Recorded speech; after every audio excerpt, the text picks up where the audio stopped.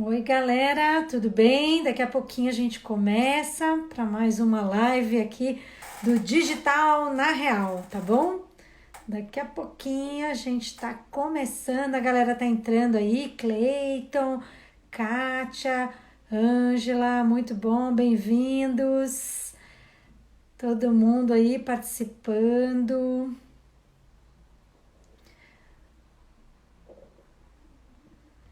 Quero ver todo mundo curtindo e mandando muitas perguntas.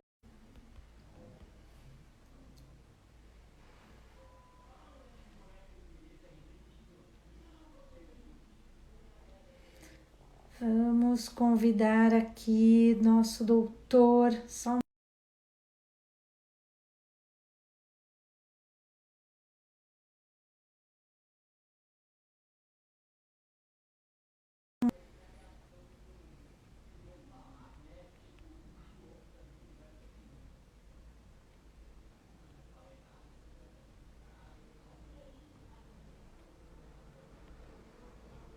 Só mais um minutinho, galera.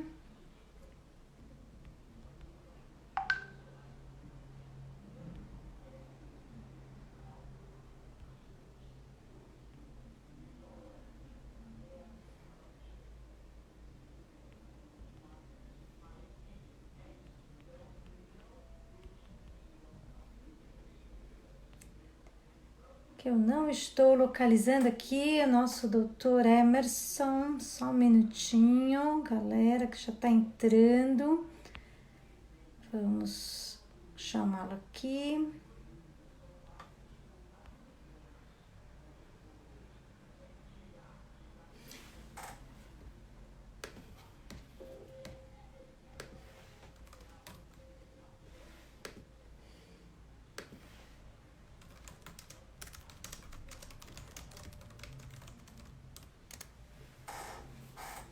Só mais um segundo, galera.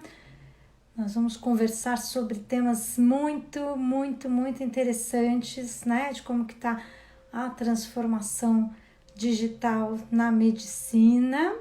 Só mais um minutinho, a gente está vendo que a galera está entrando. Estamos aguardando aqui.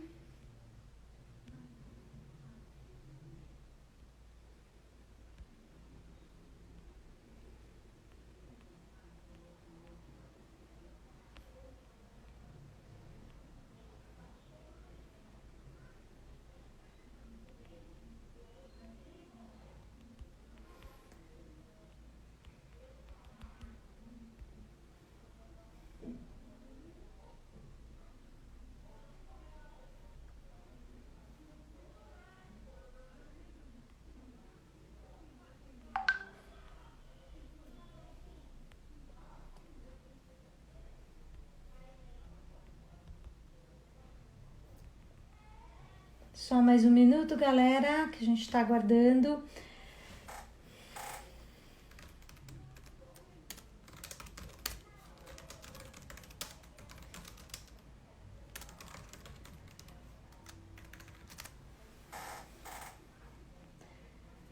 Vamos aguardar mais uns minutinhos, por favor, galera, que daqui a pouquinho a gente começa. Tá todo mundo entrando. Ana Lúcia, Joaquim, a Ana, Bernardes, sim. Vamos lá. E se vocês tiverem perguntas, depois a gente já vai responder ao longo da live, tá bom?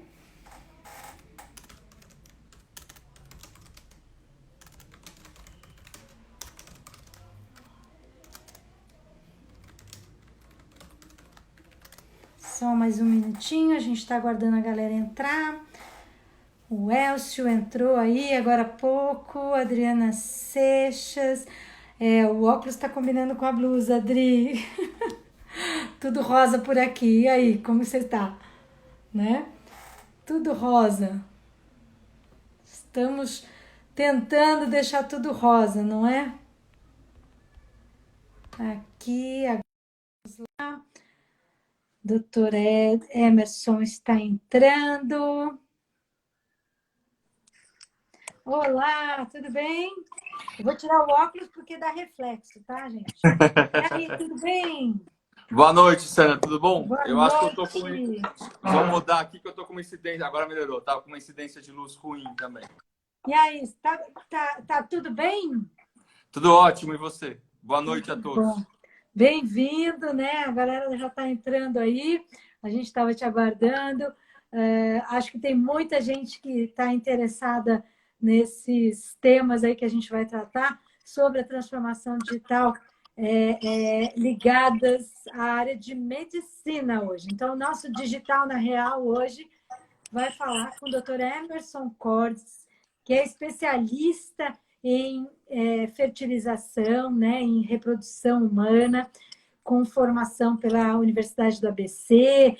E o Emerson tem assim uma série de gabaritos, como a gente divulgou aí para vocês. E é uma pessoa que está muito ligada à área de pesquisa, né? Então, a gente vai querer que ele conte um pouquinho de como que o digital está, inclusive, ajudando nessa frente aí de pesquisas e como eles têm feito, né, nas várias unidades aí que ele coordena, como é que eles têm feito para manter esse lado aí atuante, né, dos tratamentos de fertilização. Mas antes de mais nada, Emerson, eu queria que você contasse para a gente um pouquinho, de uma forma até mais genérica, assim, como é que você está vendo o impacto aí dessa transformação digital no mundo da medicina? É muito. Na realidade, esse impacto ele já começou faz um tempo, né, Sandra? No Brasil, não tanto. A gente está um pouquinho atrasado em relação a essa tecnologia quando a gente compara com os Estados Unidos e alguns países europeus, né? Na Uhum. realidade, o uso da telemedicina, né, ele começou no mundo em 1950 em Israel. Começou de Uau, uma forma, então já tem um belo tempo, né? uau. Aqui no Brasil a gente começou em 1990 de uma forma tímida. E algumas instituições de saúde, elas foram vanguarda nisso. Uma delas é o Hospital Israelita Albert Einstein, que tem uma plataforma muito boa, ele já vem desenvolvendo isso há muito tempo, né? Nós tínhamos problemas no Brasil em relação à regulamentação disso, né? Porque nós não tínhamos o Conselho Federal de Medicina ou a ANB, que é a Associação Médica Brasileira, ela não tinha regulamentado o uso da telemedicina. Então, existia muita dúvida. Algumas pessoas utilizavam, algumas clínicas, instituições, mas existia sempre muita dúvida do que era permitido, até onde a gente poderia atuar, né? Até que no ano passado, em 2019, logo no início, o Conselho Federal de Medicina ele soltou uma portaria liberando a utilização da telemedicina. No entanto, ele não regulamentou adequadamente, né? Ele simplesmente liberou sem deliberar de quais seriam as condições do uso. Isso gerou muita polêmica, a própria sociedade médica como um todo contestou isso. E aí o Conselho Federal de Medicina achou por bem suspender a portaria, estudar melhor, organizar e aí sim, novamente se posicionar. Só que esse posicionamento não chegou, né? Eles estavam estudando isso, deliberando ainda sobre isso. E aí chegou antes o coronavírus, né?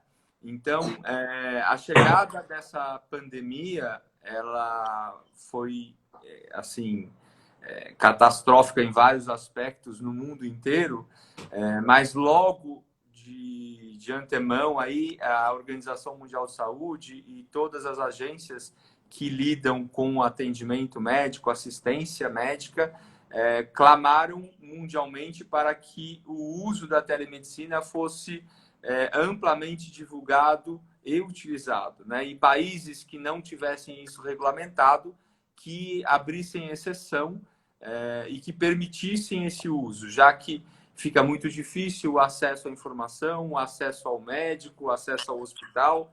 A hora que a pandemia chega com força no país, como nós estamos vendo agora, a realidade no Brasil, então tudo fica muito difícil. E a telemedicina, ela traz uma série de recursos que são extremamente positivos num momento como esse. E aí, então, numa situação especial, o Conselho Federal de Medicina liberou o uso, a Associação Médica Brasileira liberou o uso, e também aí nós tivemos os governos, inicialmente os estados foram liberando, depois você teve uma portaria do governo federal e do Ministério da Saúde também, que foi colocada aí no Diário Oficial, e hoje, neste momento de pandemia, o uso da telemedicina está totalmente liberado no país, né? A gente tem que lembrar que telemedicina, né, esse termo vem a telemedicina, telefone, televisão. O prefixo tele, em grego, ele significa distância. Então, o que é a telemedicina? Nada mais é do que a utilização de recursos de tecnologia, de comunicação, que permita que o médico se comunique com o paciente ou com outro médico à distância, né? Sem ser presencial. Num momento como esse, passa a ser fundamental, né? Fantástico. E como que você, na verdade, assim, além dessa coisa do atendimento à distância, né, que a gente vê que houve aí também esse empurrão, né, a pandemia acabou favorecendo, se a gente pode assim dizer, né, nessa aceleração, como a gente está vendo que também a pandemia está acelerando vários outros processos no digital, seja para o e-commerce, né? Até as missas estão online agora, né? Então, eu estava vendo uma pesquisa hoje que fala isso, que aumentou quase 300% a pesquisa por missas no YouTube, né? Só para a gente ter uma ideia. Então, como que você vê o impacto de tudo isso, dessa questão do digital, também no lado da pesquisa? Doutor Emerson, você vê que mudou alguma coisa, até com o uso de grupos, de repente, de forma mais informal no WhatsApp? Assim, a tecnologia está ajudando ou está atrapalhando nessa questão? Não, está ajudando muito, né? A gente só precisa ter um cuidado com um filtro, vamos chamar de filtro, né? Filtrar as informações, principalmente quando a gente utiliza algo WhatsApp, por exemplo, né?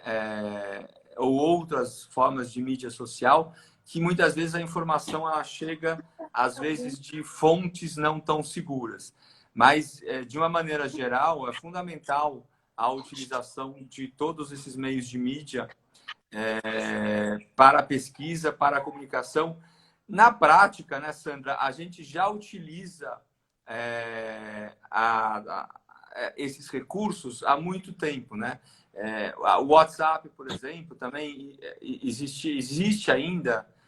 Que nesse momento, obviamente, não, mas a gente tem aí nos últimos 2 anos, teve muita discussão nos grupos médicos, Conselho Federal, Conselho Regional de Medicina, qual que era o limite do WhatsApp, o que o médico poderia conversar com a paciente através do WhatsApp, se ele podia só responder algumas dúvidas rápidas, se ele podia fazer consulta ou não, né? Então, sempre existia muita dúvida, mas na prática, todos nós sabemos que o WhatsApp é uma ferramenta de respostas rápidas, de comunicação muito rápida do médico com o paciente. Não são todos os médicos que utilizam, mas a maior parte acaba utilizando esta ferramenta de uma maneira informal, né? Então, como você disse, informalmente, a gente está usando a telemedicina já há algum tempo, né? Nem que seja através de uma ferramenta como o WhatsApp, né? Mas é muito mais abrangente que isso, né? A telemedicina, ela pode ser utilizada no teleatendimento, né? Então, quando a gente fala de teleatendimento, ou teleconsulta... Opa!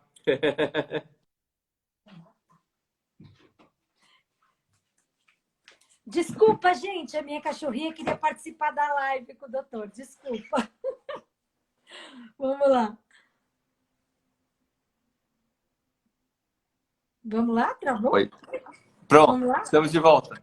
Desculpem, eu falei que minha cachorra queria participar da live. Traz ela. Coisas do home office, né, gente? Coisas do home office. Coisas do home office, com certeza. Mas é assim que é bom, né? É natural e autêntico. É o que temos, não? É o que temos. Então, mas a teleconsulta, como eu estava dizendo, ela pode ser entre os médicos, né? ou do médico com o paciente, que seria a consulta online.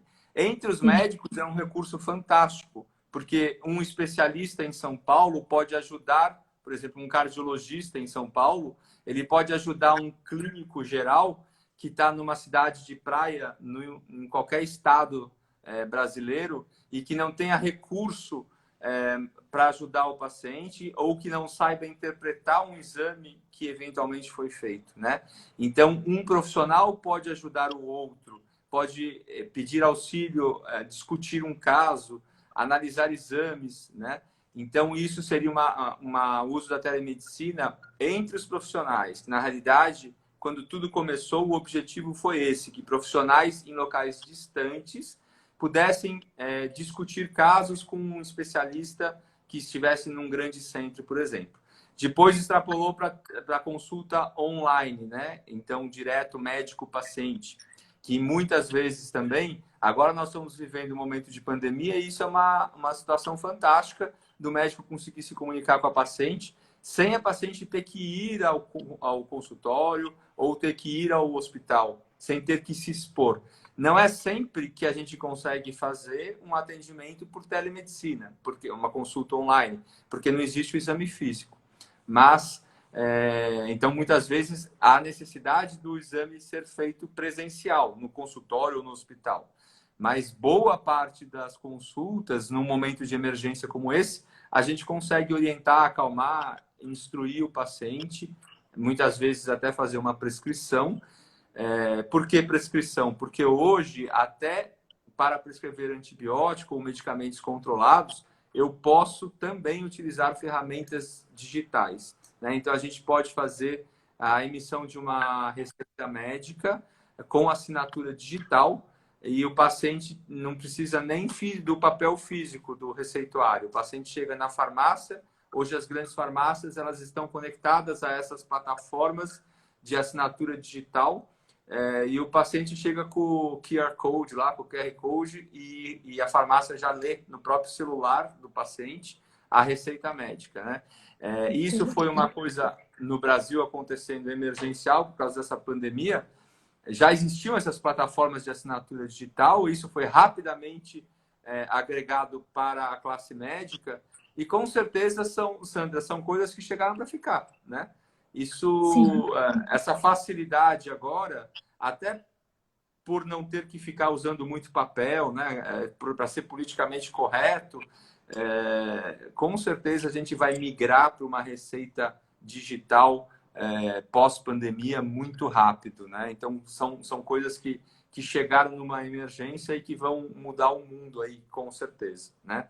Além dessa interconsulta entre profissionais médicos, eu posso utilizar isso para laudar exames, né? Os grandes laboratórios já fazem isso há muito tempo, né? Quando vocês vão fazer um exame de tomografia, que vocês vão lá no laboratório, quem atende vocês é um técnico, não é um médico. Muita gente acha que é um médico que está ali. Não, é um técnico, ele realiza o exame, aí o computador ele salva as imagens e um médico vai laudar ele vai analisar essas imagens e laudar depois. Esse laudo hoje nos grandes laboratórios é feito numa ilha de edição, que é a distância. Então eu tenho uma ilha de edição em algum local e o laboratório pode ter várias unidades, todas as imagens vão para esta ilha de edição, onde estão lá os profissionais médicos que vão fazer o laudo, né? Então, isso já é uma maneira de laudar à distância. Eu posso laudar à distância na mesma cidade, na mesma clínica, na mesma cidade, no mesmo estado ou em outro país, né? Então, isso é um recurso muito grande. Um grande avanço da telemedicina, ela ocorreu na Guerra do Golfo, né? Então, o uso da cirurgia robótica foi desenvolvido basicamente na Guerra do Golfo, né? Hoje você tem os robôs, a gente utilizando a robótica agregado à cirurgia laparoscópica, principalmente na parte de cirurgia oncológica, é muito útil, na urologia, para cirurgias de próstata. E cada vez mais a robótica vem ingressando na própria área da ginecologia também.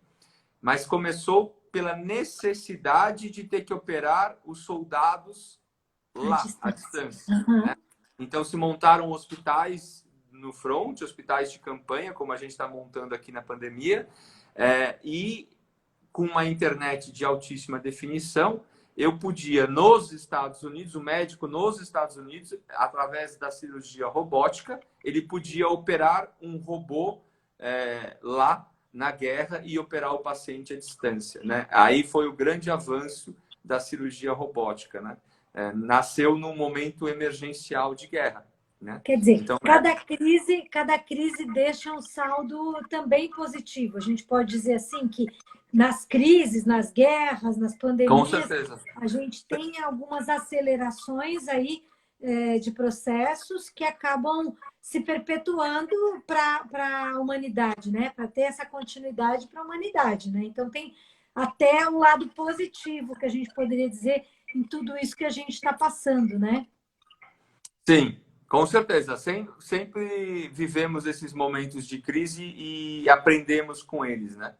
A gente sempre consegue. A medicina, ela sempre dá um passo a mais nessas situações de guerra, de pandemia, porque é a necessidade, né? A gente tem que resolver, aí acaba existindo os esforços, eu acho que eles acabam sendo todos direcionados na mesma causa e a gente consegue resolver situações que naturalmente a gente levaria mais tempo. Fantástico, porque realmente a gente vê que já era um processo que provavelmente vinha acontecendo, mas muito lentamente, como o caso da telemedicina, e aí a pandemia praticamente dá um empurrão, né? Eu queria, antes de pedir para você adentrar aí o seu tema principal, queria dizer para quem está curtindo a nossa live, para compartilhar aí com as suas bases, para que mais gente ouça esse conhecimento tão bacana aí do Dr. Emerson Cortes. É só vocês clicarem ali no aviãozinho, que aí vocês compartilham a nossa live com os seus colegas, porque eu acho que esse conhecimento é muito importante, muito rico. E a gente agradece aí pela participação de todos vocês que já entraram, que estão entrando, né? Então, eu vou pedir, só para lembrar vocês, aí o Dr. Emerson é diretor técnico do Instituto Ideia Fértil, que faz uma Clínico. série de... Oi? Clínico, Oi? diretor clínico. Clínico, desculpa. Imagina, é só uma questão. Do Ideia Fértil, né? Que faz uma série de pesquisas ligadas aí à área de reprodução humana, né? Então, eu queria que ele contasse um pouco mais para a gente do que eles estão fazendo, que eu achei, quando a gente conversou, eu achei muito interessante, muito rico, para atender as pessoas e como a tecnologia está ajudando nesse momento relacionado a esses processos, né, de reprodução humana. Conta um pouquinho para a gente, Emerson. A reprodução assistida é uma área sensível assim da medicina, né? Por que eu diria sensível? Porque, infelizmente, a gente tem, na maior parte dos países do mundo, os planos de saúde não cobrem o tratamento, né? Existem vários países mais desenvolvidos onde o governo custeia parcial ou total o tratamento. Não são em todos os países, mas boa parte dos países desenvolvidos isso acontece. Nos Estados Unidos, por exemplo, o governo não paga, também é privado, né? E os planos de saúde não contemplam. Então, talvez por muito tempo, a infertilidade ela foi encarada como, de uma maneira errada, obviamente, como um luxo, né? Por que o convênio não paga? Não é tão caro assim. Um tratamento, por exemplo, oncológico num paciente com câncer é muito mais caro do que uma fertilização assistida. Talvez um grande problema que a gente tenha tido no começo é que, inicialmente, se transferia mais do que um embrião, coisa que a gente tenta evitar ao máximo hoje. Então, a gestação múltipla, quando a reprodução assistida começou, tinha uma incidência maior, né? E gêmeos e trigêmeos nascem mais prematuros. E isso tem um custo muito alto para os planos de saúde, né? Então, eles todos se fecharam para fazer a cobertura do plano. De forma que, num país como o Brasil, que a gente tem uma série de questões graves de saúde, né? A gente tem crianças ainda morrendo de desnutrição, a gente tem uma série de questões de acesso básico à saúde que a gente é carente, né? Então, lidar com a parte da reprodução assistida, né? O governo ter que pagar o tratamento de uma paciente infértil sempre foi tido de uma maneira errada, como algo que deveria ser colocado em terceiro plano, porque antes tinha que lidar com assuntos básicos que a gente ainda é carente. E com isso, os pacientes vão ficando em segundo, terceiro plano, né? E a infertilidade, ela tem que ser encarada como uma doença qualquer, né? Ela tem um aspecto físico, de uma incapacidade de conseguir engravidar de uma forma natural, para os pacientes que têm esse problema, e engravidar faz parte da nossa fisiologia, né? É muito frustrante para um casal que não consegue ter filhos, ele começa a ter uma pressão pessoal, uma pressão social muito grande, né? Então, o casal vive além do problema físico que leva à infertilidade, ele começa a desenvolver uma tensão, um estresse psicológico muito grande, né? E que muitas vezes isso leva ao término do relacionamento do casal, faz com que um dos dois ou ambos não rendam adequadamente no trabalho, porque passam a viver tanta tensão que isso atrapalha a vida como um todo, né? Às vezes a paciente larga tudo que estava fazendo, para de fazer atividade física, para de se relacionar, não viaja mais, usa o dinheiro que ia usar para comprar um carro, ela tem que pagar a segunda ou a terceira tentativa do tratamento. Então, essa questão, num país como o nosso, ela é muito, muito importante, né? Então, a infertilidade, ela tem que ser encarada como uma doença, né?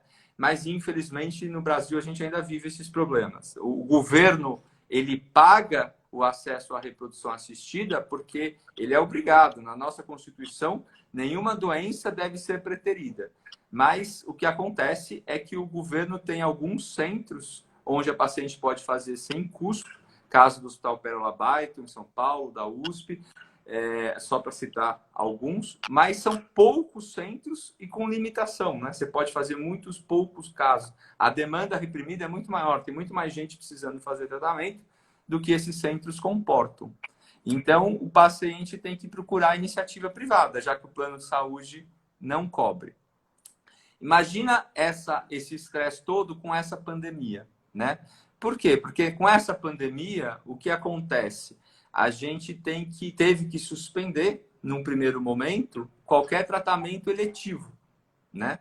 Então, não estão sendo feitas cirurgias convencionais, não estão sendo feitos atendimentos que não sejam mais urgentes, né?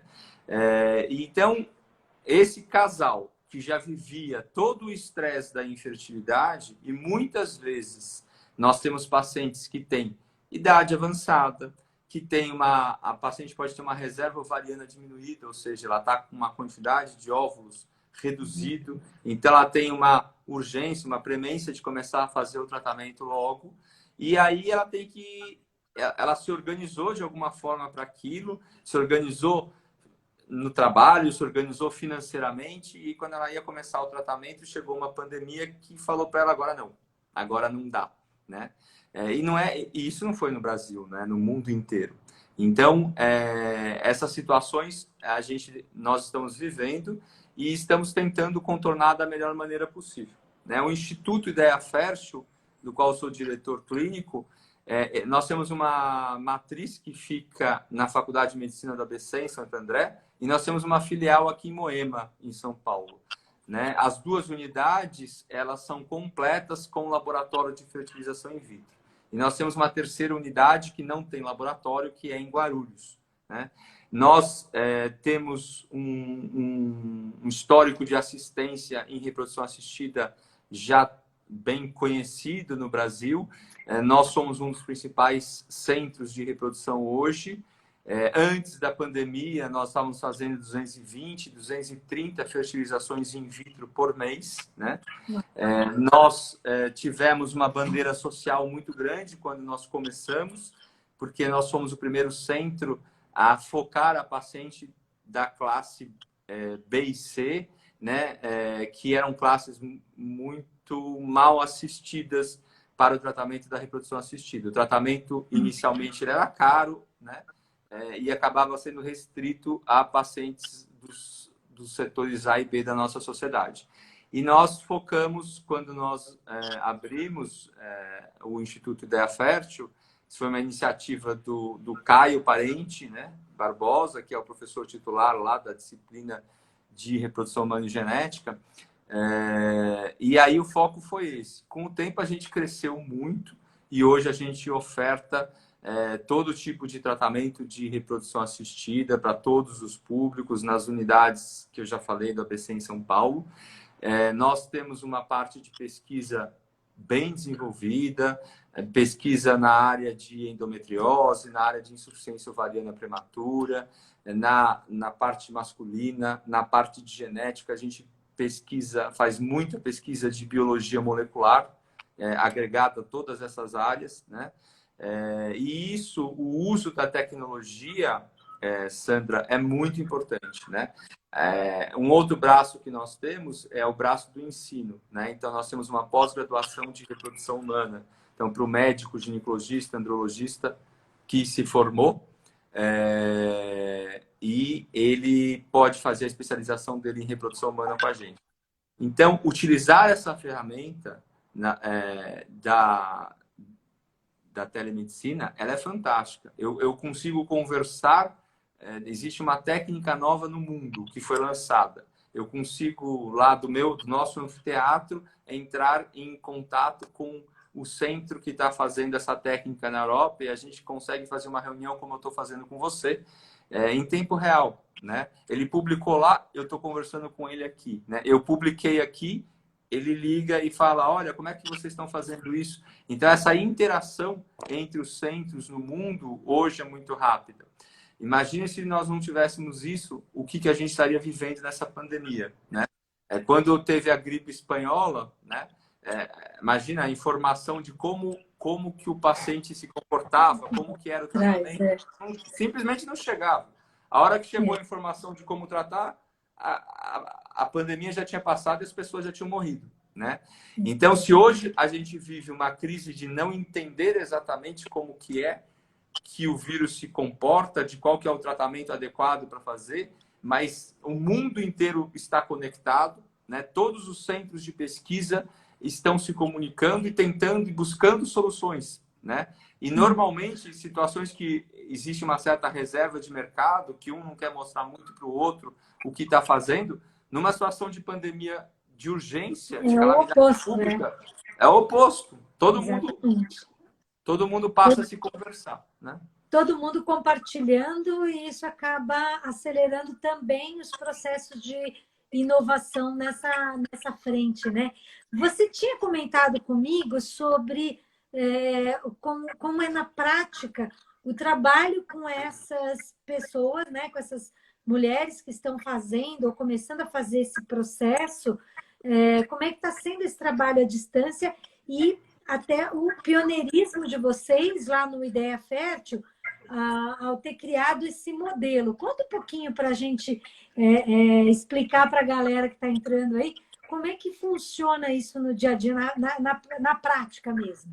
Tá. Então, o que acontece, Sandra, é que as clínicas de reprodução assistida, elas são regulamentadas por algumas entidades médicas e agências regulatórias, né? Então, a gente segue aqui a Sociedade Brasileira de Reprodução Assistida e de Reprodução Humana e a Anvisa também, né? E numa situação de pandemia como nós estamos vivendo, todas as sociedades mundiais elas têm que se posicionar e dizer para as clínicas o que elas podem e o que elas não podem fazer, né? A gente tem uma situação desse vírus em relação à gestação, a gente não sabe exatamente quais são as repercussões que pode existir criança que foi gestada durante um processo de infecção na mãe. A gente tem que lembrar que para eu entender o que acontece com uma criança, que é com um feto, que imagine uma gestante que ela se infectou no primeiro trimestre da gestação, nos primeiros 3 meses. O que vai acontecer com essa criança quando ela nascer? Na prática, eu só vou saber quando essa criança nascer. Uma gestação leva 9 meses de curso, né? Essa infecção começou na China em dezembro, né? Nós estamos em maio. Então, a gente viveu muito pouco tempo. O que nós temos? Nós temos vários trabalhos que já foram divulgados, nós temos vários estudos que nos confortam em relação à gestação.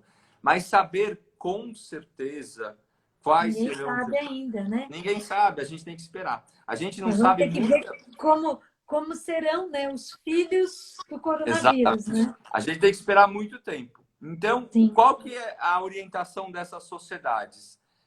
Olha, para as mulheres que estão em casa e que não têm uma urgência de engravidar, espera um pouco, deixa passar essa confusão. Se você engravidar e precisar fazer um exame, se você engravidar e tiver uma intercorrência, tem que ir no hospital. Agora está tudo uma muvuca, né? Como as pessoas falam. Então, Sim. esperar 2, 3 meses, para quem não tem tanta pressa, é uma questão de bom senso. Só que a gente tem pacientes que têm muita pressa, que estão com idade avançada, que estão com a reserva ovariana diminuída, ou que precisam fazer tratamento. Essas pacientes, elas estão em polvorosa, né? Porque o que as sociedades definiram? Que a gente pode fazer o tratamento nas situações emergenciais. Então, na paciente com câncer, que precisa congelar o óvulo, porque a paciente jovem com câncer, que precisa fazer químio ou radioterapia, esses procedimentos podem deixar a paciente infértil em até 50% das vezes, né? Então, o que a gente preconiza hoje é que uma paciente nessas circunstâncias congele óvulo ou congele espermatozoide, se for homem, antes de fazer o tratamento oncológico. Imagina uma paciente que recebe o diagnóstico agora que está com câncer de mama. Ela tem que congelar o óvulo porque ela tem que começar a fazer a quimioterapia. Ela não pode aguardar a pandemia passar, né? Então, essa é uma situação emergencial. No Ideia Fértil, nós temos um projeto onde a gente faz o congelamento, a gente faz congelamento de óvulo para qualquer paciente, tanto social, né, para aquela paciente que não quer engravidar agora e que quer guardar óvulo. A gente faz também o tratamento para as pacientes oncológicas, né? São 2 projetos diferentes, 2 programas. A Ana Cláudia Bueno, que é a profissional do nosso marketing, ela fica brava toda vez que eu falo projeto. Ela fala, Emerson, já está em funcionamento, então é programa. Então, vocês aí do marketing, vocês estão sempre brigando comigo quando eu uso o termo errado. Então, a Ana Cláudia, a gente chama ela carinhosamente de Mickey. Mickey, o programa, tá? A gente tem o programa Guardando Sonhos, que é exatamente esse da paciente. Que lindo! Como chama? Programa Guardando Sonhos. Que lindo! Olha, ela mandou um coraçãozinho aí, Ana Cláudia. Que legal! Então, e a gente deve nome, muito... hein? Eu tô falando com vocês, eu vou ter que botar meu telefone aqui na tomada, que eu acho que eu vou ficar sem bateria para não cair. Então, eu vou andar um pouquinho aqui só para eu conectar meu telefone, tá bom? Me desculpem aqui. Imagina. Tranquilo. Aqui a vida como ela é, né? É. Então, esse projeto, a gente está trabalhando, Sandra, há muito tempo com um projeto que chama fertilização viva à distância, fertilização in vitro à distância, né? O que é isso? Na realidade, é a utilização dessas plataformas de telemedicina para conseguir chegar a paciente que não está tão próxima da gente ou que, por algum motivo, não pode vir presencialmente numa primeira consulta, por exemplo, né? Então, nós começamos a desenvolver essa plataforma já há algum tempo. Só que, como o Conselho Federal de Medicina tinha suspendido o uso da telemedicina, nós achamos por bem também aguardar o posicionamento do Conselho Federal para poder iniciar esse processo, né? E aí chegou a pandemia, né? Então, aí nós já pudemos colocar esse plano em ação. e lançamos esse programa que chama FIV à Distância, né? Aí vocês podem procurar no nosso site. Eles entraram aqui agora na live, olha aí, gente. Quem tiver interesse, ó. Então, aí a gente deve, esse mérito, ele não é meu, a ideia, ela é a ideia... Oi, ainda bem que o pessoal do telefone, literalmente, não fui eu. caiu, literalmente. Não é que caiu a ligação, caiu o seu celular, literalmente. Caiu né? meu celular. É que ele tem que ficar equilibrando aqui com o cabinho da energia. Sim. Aí o que acontece? A fertilização in vitro à distância, então, é uma maneira da paciente que não pode nos acessar nesse momento.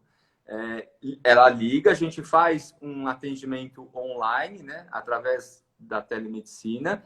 Eu posso tanto fazer um primeiro atendimento quanto uma consulta de retorno. Eu oriento as pacientes do que a gente conversa com a paciente, vê qual que é o motivo da infertilidade dela, quais são os exames que elas precisam fazer.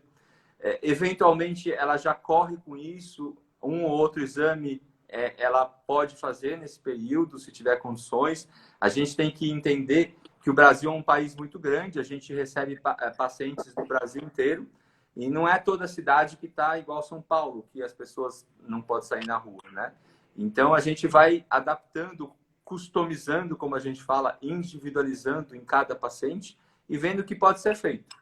Aí, depois desse primeiro atendimento, nós vamos entender se a paciente já pode fazer o tratamento, se ela faz parte desse grupo de exceções, que é a paciente com reserva baixa, idade avançada e com câncer, né? Se ela estiver dentro desse grupo, ela já pode começar o tratamento. Pergunta que não quer calar, doutor. Pode me interromper, né? Estou falando muito. O que é a idade avançada? Porque eu acho que as nossos espectadores aqui vão se perguntar. O que é uma idade avançada, então, para ser tratado como vamos dizer assim, um caso prioritário? Não vamos chamar de emergência, mas um caso prioritário para esse tratamento.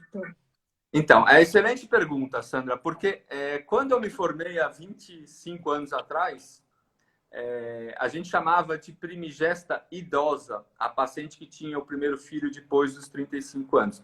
Veja que como o mundo mudou em 25 anos, né? Hoje, a maior parte das pacientes deixam para engravidar depois dos 35. Então, o fato é que, apesar de todas as mudanças do mundo, o relógio biológico ele não mudou. As mulheres, elas nascem com todos os óvulos, né? E com o tempo, elas vão perdendo quantidade e qualidade. A perda da qualidade é o que mais impacta, né? Após os 35 anos de idade, ocorre um envelhecimento desses óvulos, porque os óvulos envelhecem com a mulher, já que vocês nascem com eles, né? Então, se a gente pudesse dar uma orientação, se a gente pudesse, não, a gente tem que dar orientação, é que vocês tenham os filhos antes dos 35 anos. Aí você vai falar assim, então tá, Emerson. Essa é o grande problema, né? O ideal seria que a mulher tivesse completado o seu histórico reprodutivo, ou seja, seus filhos, até os 35 anos de idade. Como a maior parte hoje deixa para ter o primeiro depois dos 35, né, Sandra? Meu caso, né? Aí, muitas vezes, acaba se deparando com uma dificuldade e tem que lançar mão aí das técnicas de reprodução assistida. Do ponto de vista prático, a gente considera que acima dos 37 anos de idade já existe uma dificuldade progressiva. A cada ano que passa, essa dificuldade vai ficando maior. Acima dos 40 anos de idade, a gente já tem uma probabilidade de gestação menor, uma chance de abortamento o dobro, né? E também a possibilidade de ter a infelicidade, de ter as alterações genéticas nas crianças, né? Não é que isso... Aí depende da idade, mas a partir dos 40, esse número passa a ficar cada vez mais expressivo. Então, a gente considera...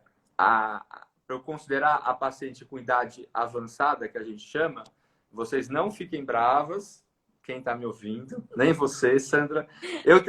Eu tenho quase 50, estou na beira dos 50 e me considero jovem ainda. Então, hoje a mulher na faixa dos 40, 45, ela está ótima, né? Ela normalmente ela tem um monte de recursos, de ferramentas. Então, vocês estão bonitas, vocês fazem atividade física, vocês têm uma alimentação adequada, vocês usam todo o recurso aí da cosmiatria. E tem muita mulher com 40 que está muito melhor do que ela esteve com 30 anos, né? E vocês têm também, com o tempo, vocês têm um crescimento financeiro, né? É o esperado para as pessoas. Então, tem mais acesso a tudo. A mulher, ela está muito bem com 40 anos. Só que, biologicamente, quando ela deixa para engravidar nesse período, ela vai descobrir que, muitas vezes, ela não está tão bem assim, né? E aí começam todas as dificuldades, as frustrações, até chegar no centro de reprodução assistida. A gente considera idade avançada, então me perdoem a palavra, acima dos 40, né? Então, a paciente que tiver marcadores de reserva ovariana diminuída antes dos 40, pode fazer tratamento. Então, a gente vê os hormônios FSH quando ele estiver alto, acima de 10, ou o hormônio AMH, que é o antimileriano, quando ele estiver muito baixo. Então, isso é reserva ovariana baixa. AMH baixo, FSH alto, ou tem poucos folículos quando faz o ultrassom. Olha lá no ovário, folículo é a casinha do óvulo, né? Quando tem poucos folículos. São os 3 marcadores de reserva ovariana. Fazer um ultrassom e ter poucos folículos no ovário, avaliar o FSH e ele está acima de 10, está alto, ou o hormônio antimileriano abaixo de 1 é um hormônio antimileriano que está bem baixo, né? Então, qualquer paciente nestas circunstâncias, independente da idade, tem prioridade de fazer tratamento. E aquelas acima de 40 anos, daí a gente está individualizando neste momento, né? A gente está vendo caso a caso e vendo se ela pode fazer o tratamento já ou se eventualmente deve aguardar um pouquinho. Só que para tudo isso acontecer, muitas vezes a paciente não está conseguindo chegar na clínica, né? Agora a gente tem algumas restrições até de locomoção.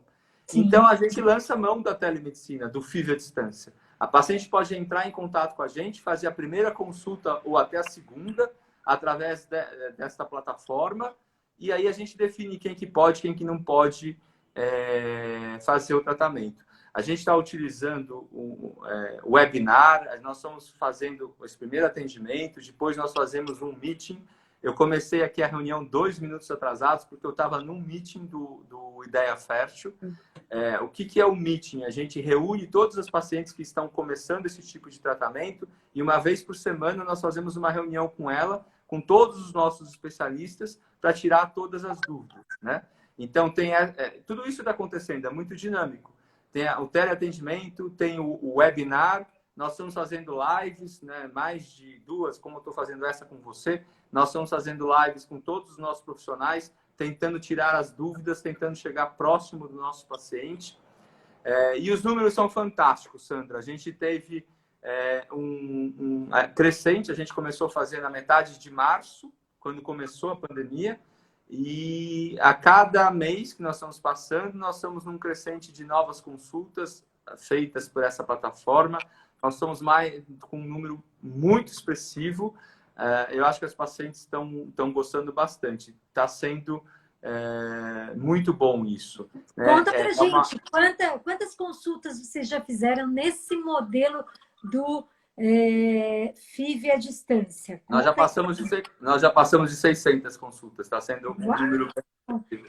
E eu imagino nós devemos eu quero fazer um agradecimento público a todo o time do Ideia Fértil que tornou isso possível, né? É um envolvimento de muitas pessoas, todo o time de marketing do Ideia Fértil, aí a profissional responsável é a Miki, a ideia inicial do Caio, que é o presidente do Instituto, que foi visionário nesse projeto, e todos os médicos que estão envolvidos nesses atendimentos, os médicos, os embriologistas, que é o profissional que fica dentro do laboratório, as enfermeiras, Nosso time todo ele está muito unido nesse objetivo. Nós nos transformamos nesse momento de pandemia. Nós migramos de um modelo totalmente presencial, né, que é o modelo que todo mundo tinha, para um modelo online, né? Obviamente que a hora que uma paciente começa a fazer a fertilização in vitro, ela precisa ir na clínica, precisa pegar a medicação, precisa fazer controle de ultrassom, precisa fazer a punção para a retirada dos óvulos, e isso, obviamente, tem que estar físico lá na clínica. Mas a gente consegue minimizar várias consultas que não precisam ser presenciais. O projeto é muito bonito. Olha, o Luiz Turati, ele mandou uma pergunta muito boa aqui. Teoricamente, o congelamento de óvulos pode ser realizado até qual idade? Até qual faixa etária? Essa é uma pergunta excelente. A gente vai ter que ampliar essa live, viu, Sandra? Eu acho que nós vamos ter que fazer outra live, porque olha só como passou rápido. Só faltam 10 minutos para acabar. Acho que eu estou falando demais, eu vou deixar você falar um pouco. Não, é que o assunto é muito rico, né? Então, conta para ele, Luiz. Eu vou responder para o Luiz. Na prática, quando o objetivo ele é social, ou seja, a paciente vai congelar óvulo porque ela não quer engravidar neste momento, o ideal é que ela congele até os 35. Por quê? Porque aí ela está congelando um óvulo com uma qualidade muito boa. O que acontece? A maior parte das pacientes que chegam para nós hoje, elas têm entre 35 e 40. Porque quando elas tinham menos de 35, essa técnica já existia, mas não era tão divulgada, né? Então, agora que tem se falado muito disso, tem muita campanha, infelizmente, como tudo, né, o brasileiro também não é só no Brasil, mas o brasileiro gosta de deixar tudo para a última hora, vai empurrando, né? E aí, muitas vezes, a paciente chega para a gente para congelar com 37, 38, 39. Nós podemos fazer, mas eu só tenho que explicar para a paciente que quanto mais tempo ela demora para congelar os óvulos, menos eficácia vai ter a técnica depois, quando for fazer uma fertilização. Se ela congela o óvulo, no futuro, ela vai ter que fazer uma fertilização in vitro. Aí o que acontece? Se congelou o óvulo com 39 anos, a qualidade não é mais a mesma de que quando tinha 35. Então, a chance de sucesso quando ela for fazer uma fertilização, não é que não tem, mas ela é menor, né? Então, a gente tem, teoricamente, a gente deveria fazer o congelamento dos óvulos antes dos 35. Dos 35 aos 40, a paciente tem que ter ciência de que a chance vai diminuindo um pouco à medida que a idade vai avançando. E após os 40 anos, a conversa com a paciente tem que ser muito grande, porque ela tem que congelar um número de óvulos que é acima de 20, e com 40 anos, na maior parte das vezes, ela produz pouco por vez. Então, aí ela vai ter que fazer vários ciclos para juntar a quantidade de óvulos necessária. Isso vai despender tempo, dinheiro, tudo isso, né? Então, acima dos 40 anos é complicado. Aí tem que ter uma conversa, tem que individualizar, ver caso a caso. Eu queria mostrar para vocês o meu filhote, mas ele morre de vergonha, porque ele é produto de um trabalho maravilhoso como esse do Dr. Emerson Cortes. Eu fiz um processo de reprodução assistida há alguns anos e tive sucesso, né? E sou muito grata a essa área da medicina, porque sem isso provavelmente eu não teria realizado esse sonho de ser mãe. Então, para quem tem esse sonho, né, e quem quer realizar esse sonho, eu super recomendo. E eu achei bacana o nome, porque é Sonho Guardado, que vocês falaram? Não, o Guardando Sonhos, mas a gente tem dois projetos. Sonhos. Achei incrível o nome, né, gente? Muito bom, muito bom. Mas o Guardando Sonhos, Sandra, é o projeto oncológico, tá? Ah, a gente tá. Tem o projeto social, tá? O projeto social da paciente que quer engravidar amanhã chama Maternidade no Futuro.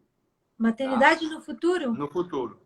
Legal. E o projeto oncológico é Guardando Sonhos. Muito bom, muito bom.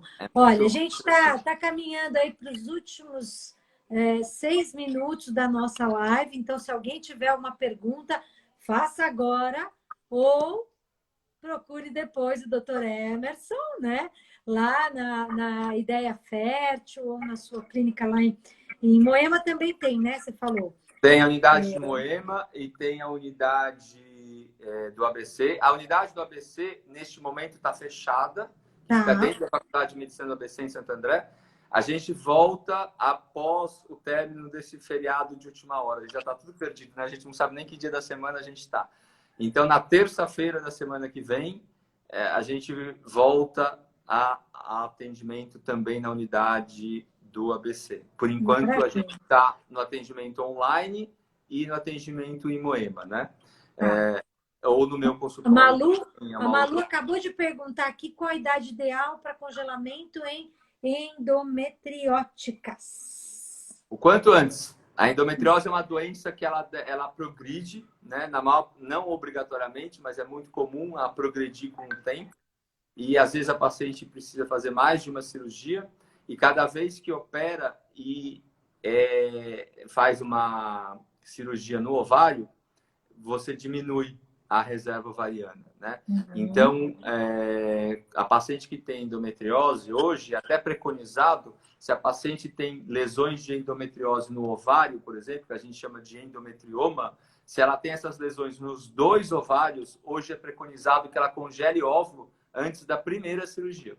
Porque a cirurgia vai tratar o problema, mas você acaba lesando um pouco a reserva ovariana quando você está operando. Você tira junto o tecido saudável.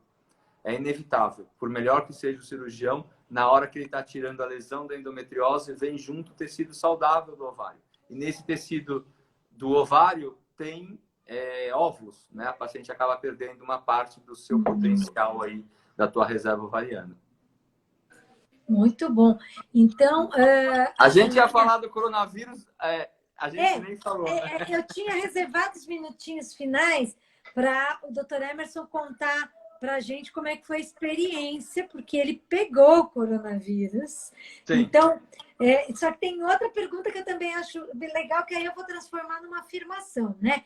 Que é sobre como ele também tem se transformado digitalmente, né? Porque os médicos normalmente eram um pouco mais fechados com relação a esse tipo de exposição e estão percebendo que é uma experiência muito rica, né? Esse compartilhamento através das redes sociais, né? Mas conta pra gente aí rapidinho como é que foi sua experiência de pegar e de se recuperar do coronavírus antes da gente encerrar. Tá bom, Sandra. É uma loucura, né? É uma loucura física e emocional. O meu diagnóstico foi feito no dia... Hoje é dia 21, meu diagnóstico foi feito no dia 1º de maio. Eu tive um quadro dermatológico, eu não tive sintoma sistêmico, né? Então não tive febre, não tive sintoma pulmonar, não tive anosmia, nessa perda de paladar. Eu não tive nada disso. Começou com lesões dermatológicas, como se eu tivesse tendo uma alergia, né? Começou no braço, passou para a perna. Inicialmente eu achei que eu estava com um processo alérgico alimentar. Eu mesmo me mediquei com anti-histamínico, não resolveu. Aí quando passou para a perna, era muito pruriginoso, coçava demais. Aí eu entrei em contato com um dermatologista, colega meu. Era tarde da noite, a gente usou a telemedicina, porque eu conversando com ele, ele falou, tira uma foto e me manda. Né? Situações que hoje são bastante corriqueiras. Né? Doutor Guilherme Almeida, não é? Guilherme Almeida, isso, um excelente dermatologista. Aí... o Guilherme, coincidentemente, a esposa dele estava fazendo a minha paciente e ela estava fazendo para Natal. Então, eu estava com um contato muito próximo com ele. Aí, estava tarde da noite, eu falei, nossa, para quem que eu vou ligar? Liguei para o Guilherme. Acordei ele e ele mandei uma foto. Ele falou, Emerson, você está com coronavírus. Eu brinquei com ele, falei que não estava, que ele estava louco, mas ele estava certo. No dia seguinte, eu fui fazer os exames e deu coronavírus. É uma lesão que está cada vez mais sendo descrita, né? Nós já temos até atlas de lesões dermatológicas hoje. Enfim, aí eu tive que testar todo mundo para